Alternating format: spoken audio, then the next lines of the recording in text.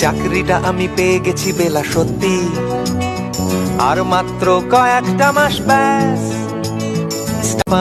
চুপ করে কেন বেলা কিছু বলছো না? এটা কি 2441139? বেলা বোস তুমি পারছো কি শুনতে? 10-12 বার রং নাম্বার পেরিয়ে তোমাকে পেয়েছি, দেব না কিছুতেই আর হারাতে। হ্যালো 2441139, দিন না ডেকে বেলাকে একটি বার।